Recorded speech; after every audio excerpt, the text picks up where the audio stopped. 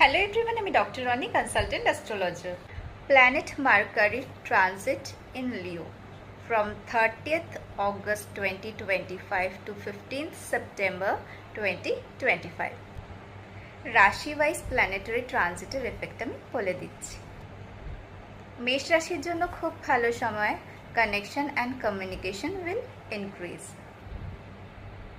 বৃষ রাশির জন্য মোটামুটি ভালো সময়, কোনো রকম অবস্টেকল থাকলে সেগুলো রিডিউস হওয়ার চান্সেস রয়েছে, আর কোনো রকম লাইফে নতুন দিশা দেখা যাচ্ছে, ওয়ার্ক ডান হওয়ার চান্সেসও কিন্তু রয়েছে।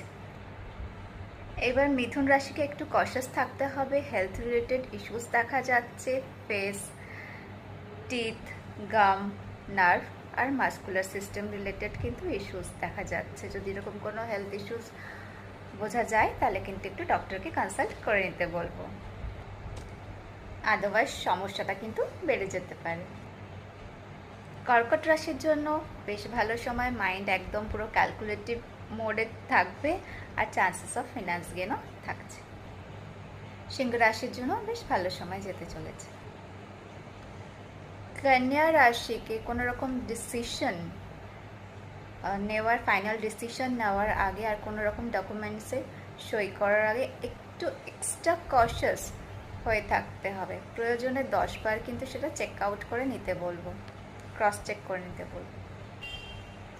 তুলা রাশির জন্য বেশ ভালো সময়, পিরিয়ড অফ গেন তো থাকছেই। বৃশ্চিক রাশির জন্য বেশ ভালো সময়, good bonding with senior and bosses দেখা যাচ্ছে, চান্সেস অফ প্রমোশন আর চেঞ্জেস জবও থাকছে। মকর রাশিকে বলবো need to focus on health, maintain proper time schedule and healthy diet, otherwise কিন্তু হেলথ ইস্যুস বাড়তে দেখা যাচ্ছে। বোধ কুম্ভ রাশি অ্যান্ড মীন রাশির জন্য কিন্তু খুব ভালো সময় যেতে চলেছে। সো অ্যাডভাইসগুলো ফলো রেখো, ভালো থাকো, সুস্থ থাকো। Thank you for watching.